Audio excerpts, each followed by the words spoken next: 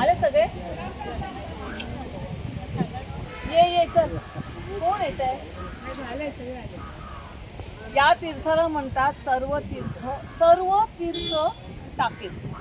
Okay, परिसर हाच आहे. प्रभू रामचंद्रांचा जो दंडकारण्याचा जो पाठ सांगितला होता तोच आहे. पण या ठिकाणी इथे जटायू तीर्थ, ज्या वेळेला सीतामाईला पळवून घेऊन जाताना, कारण इथूनच तिचा घेऊन जाताना जटायूने जेव्हा रावणाला बघितलं की घेऊन चाललेले आहे, तिथे कोण आहे, त्यावेळेला त्याने आपली माताला घेऊन जाणाऱ्याची रावणाची 2 हात करण्याचा म्हणजे किती भाव असेल. त्या युद्धामध्ये जटायूचे रावणाने 2ही पंख कापून टाकले आणि विव्हळत तो ज्या ठिकाणी पडला ते तीर्थ म्हणजे हे जटायू तीर्थ. आणि मग ज्या वेळेला प्रभू रामचंद्र वनवासात असताना इथे आले, त्यावेळी विव्हळताना जो श्रीरामाची आतुरतेने वाट बघत होता, त्या जटायूची एक शेवटची इच्छा होता, मरणाचा एकदम विव्हळित झाला होता, खूप तहान लागली. त्यांनी सगळी माहिती सांगितली की कशा प्रकारे कुठच्या मार्गाने रावण घेऊन गेलेले आहे. त्यावेळेला प्रभू रामचंद्रांना कळलं की रावणाने ह्या मार्गावरून लंकेमध्ये नेलेली आहे आणि रावण आहे. विव्हळत असताना त्यांना एक तहान लागली आणि म्हणून प्रभू रामचंद्राने त्याची ती शेवटची इच्छा जी पूर्ण करण्यासाठी जो बाण मारला, तो बाण मारल्यानंतर तिकडे जो झरा झालेला आहे आणि त्यानंतर त्याने आपल्या भारतातल्या जेवढ्या पवित्र नद्या आहेत त्या पवित्र नद्यांचं पाणी त्याच्या मुखात घातलं आणि ते कुंड तयार केलेले आहे. म्हणून त्या कुंडाला म्हणतात सर्व तीर्थ कुंड. म्हणजे सगळं गंगा यमुना नदी करून आपल्या एका भक्ताची त्यांनी इच्छा प्राप्त करून मोक्ष दिलेला आहे, म्हणून त्याला जटायू तीर्थ म्हणतात. दुसरे याच्यामध्ये आहेच, कारण हे रामायणाच्या काळापासून तर हे आहेच. पण आपला जो नाथ संप्रदाय आहे त्याच्यामध्ये निवृत्तीनाथ, कोण सांगेल निवृत्तीनाथ?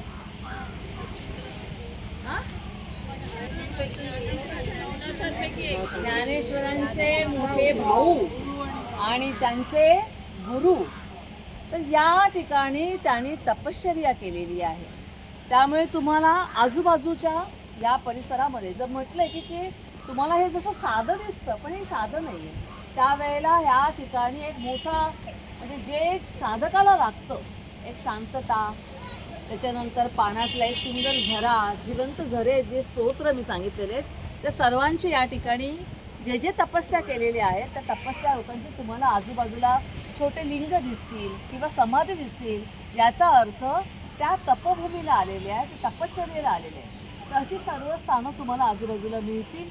त्यानंतर ह्या ठिकाणी असं एक प्रचिती आहे की एक लिंगासारखा दगड आहे, त्या दगड ते झोपून ते आपोआप काढतात आणि पूर्ण काढतात. म्हणजे असं एका हाताने काढावा लागतो झोपून.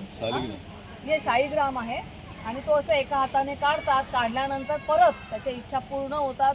3 वेळा परत त्या तीर्थाच्या टाकायचं, ह्याच्यामध्ये जायचं, 3 वेळा धुवायचं आणि परत टाकायचं. आता ज्या वेळेला आपण ही मंदिरं बघतो, त्यामधल्या मूर्त्या बघतो, त्या मूर्ती आणि त्या लिंगाच्या वरून तुम्हाला कळेल की हा किती काळ कारकिर्दीचा आपण मागे जातो. आता जे आपण कपिल मुनीचे बोर्ड वाचलं 11,67,000 तीर्थापूर्वी, म्हणजे त्यावेळेला काय असेल. आणि अजूनही हा जिवंतपणा या ठिकाणी आहे. तसंच त्या ठिकाणापासूनच चालू, म्हणजे हा सगळा परिसर जो आहे हा दंडकारण्य आणि ही तपस्याभूमी आहे. आणि त्याच्यामध्ये नाथ संप्रदायांचे, कारण या ठिकाणी तुम्ही बघितलात तर आज इकडे आपला भंडारदराचा आपला हा येतो पूर्ण, हरिश्चंद्र पण येतो. त्याच्यानंतर रत्नवाडीचं अमृतेश्वर मंदिर आहे, फार प्राचीन आहे. म्हणजे ते शिलाहार काळामधलं जे मंदिर आहे, शिलाहार काळ, हेमाडपंथींच्या अगोदरचं, त्या काळातलं मला वाटतं 7व्या सेंचुरीचं मंदिर आहे. हरिश्चंद्र गडावरती पण मंदिर होतं. हरिश्चंद्र गडावरती पण जी मंदिरं जी आहेत, किल्ला जो ट्रेकर्स आहेत त्यांना माहिती असेल. आता त्याच्यामधलं एक ठाम गेलेले आहे. आणि चांगदेवाने तिथे तपश्चर्या केलेली. ज्ञानेश्वरांच्या ह्याच्या काळामध्ये चांगदेवांची पण तपश्चर्या आहे.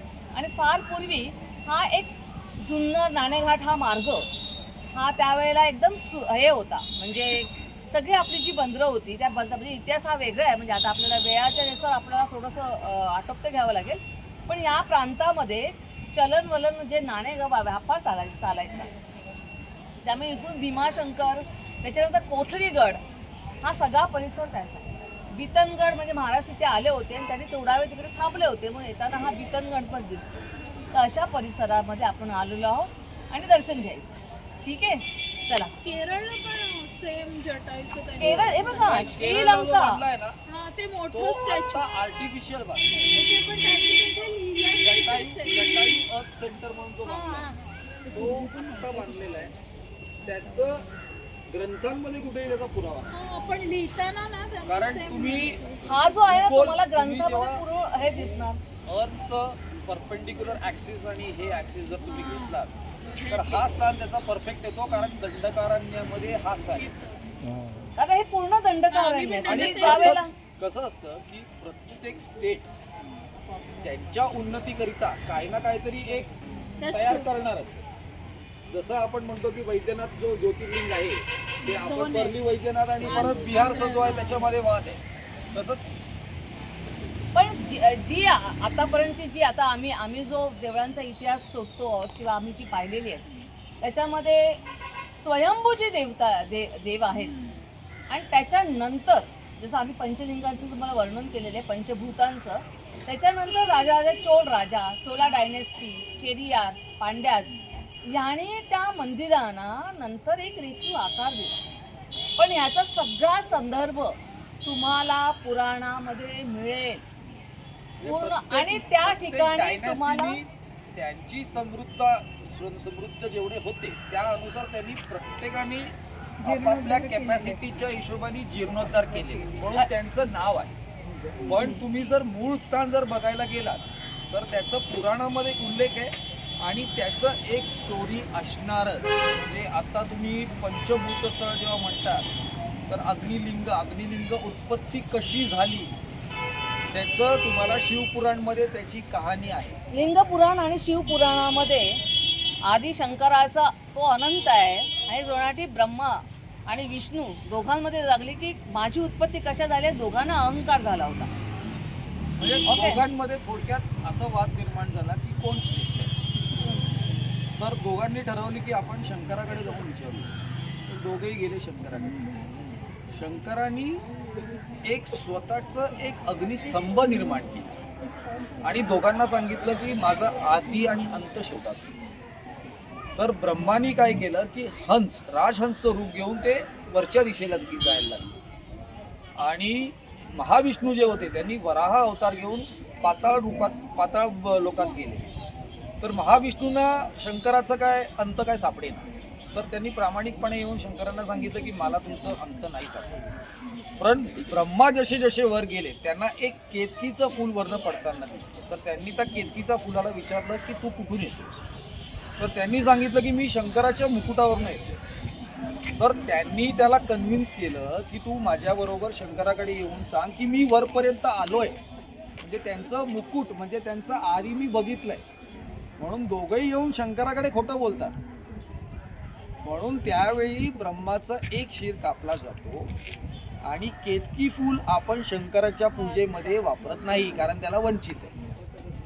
तर ही जी कहाणी आहे ही ते अग्निलिंग, तो जो अग्निस्तंभ तयार केला तो म्हणजे पंचभूतांमधला अग्निलिंग जो आपण म्हणतो ते तिरुवण्णामलाईचे ते गिरी प्रदक्षिणा होते दर पौर्णिमेला, तो जो डोंगर आहे तो म्हणजे तो अग्निलिंग. त्याच्यानंतर ब्रह्मा आणि विष्णूंनी शंकराला प्रार्थना केली की तुम्ही हा जो स्तंभ निर्माण केला आहे त्याचं पृथ्वी सहन करू नाही शकत, लोकांना त्रास होईल, तर त्याचं तुम्ही काहीतरी करा. तर त्याच्यासाठी शंकरांनी स्वतःचा एक जो वेगळा अग्निलिंग निर्माण केला तो म्हणजे त्या डोंगराच्या पायथ्याशी असलेला अग्निलिंग. ही अशी कहाणी आहे आणि या पुराणामध्ये नेहमी सायन्स आपल्याला सायन्सच्या बियॉन्ड सायन्स आहे. पण तुम्हाला एक सांगते की नासाने जेव्हा आपल्या ग्रहापैकी शनी आले तिथे त्यांना फ्रिक्वेन्सी मिळालेली आहे आणि ती लोक आजकाल आपलं सगळं घेऊन चाललेले आहेत, त्या ठिकाणी येतात कारण अग्नीमध्ये काय झालं, नासाचा सॅटेलाइट जो फिरत होता की नाही, येस नासाचा सगळं सॅटेलाइट जेव्हा फिरत होता त्याला एक ठिकाणी त्याला सॅटर्नचे रेडिएशन खूप मिळत होते. तर ते विचार करायला लागले की या पर्टिक्युलर स्पॉटला आल्यानंतर त्या लाईनअपला की सॅटर्नचं रेडिएशन का मिळत आहे. तर ते शोधत शोधत जेव्हा भारतात आले आणि ते जेव्हा गेले तर त्यांना कळलं की ते पुदुच्चेरीमध्ये तिरुनल्लार म्हणून जो गाव आहे तिथे शनीचं मंदिर. म्हणजे आपलं सायन्स आपल्या देवळावरचे जे सिम्बॉल्स आहे, वोडाफोन म्हणा नाहीतर काही म्हणा किंवा ग्रँड ह्याचा मधला, तो सगळे सिम्बॉल्स आपल्या दाक्षिणात्य मंदिरातल्या देवळातले आहेत. तुम्ही बारकाईने बघितलं तर म्हणजे आपलं किती. आणि मंदिर हे काही एक साधं हे नव्हतं, बेल वाजवायचं आणि यायचं. हे सगळ्यांचं ते राजाचं हे होतं. म्हणजे आज दक्षिणेची मंदिरं आज आपण 100-100 एकरमध्ये बघतो. ती एक युनिव्हर्सिटी होती, ती चालती बोलती युनिव्हर्सिटी होती. तर ही आपली उपजत संस्कृती आहे, आपण त्याचा भाग आहोत. कसं आहे, त्यावेळी राजा खूप विचार करायचा की एकतर आपल्याला काहीतरी चांगलं निर्माण करायचं आणि ते करत असताना आपल्या प्रजेला बिझी ठेवलं पाहिजे. कारण माणूस बिझी नसला ना, नको ते उद्योग सुचतात.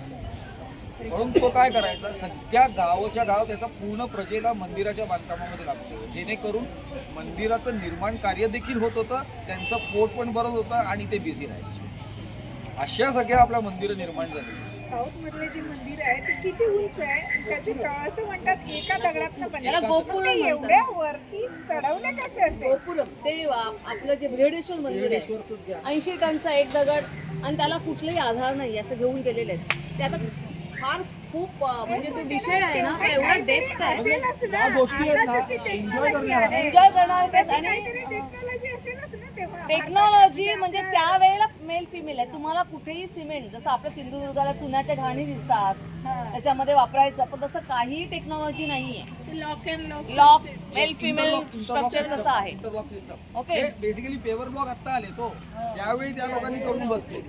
हे आता सुटतात, त्यावेळेचे इंजिनियर हे सुटून जातात, ते सुटत नाही. आता आपण सर्व तीर्थला जाऊ. ओके ओके, धन्यवाद.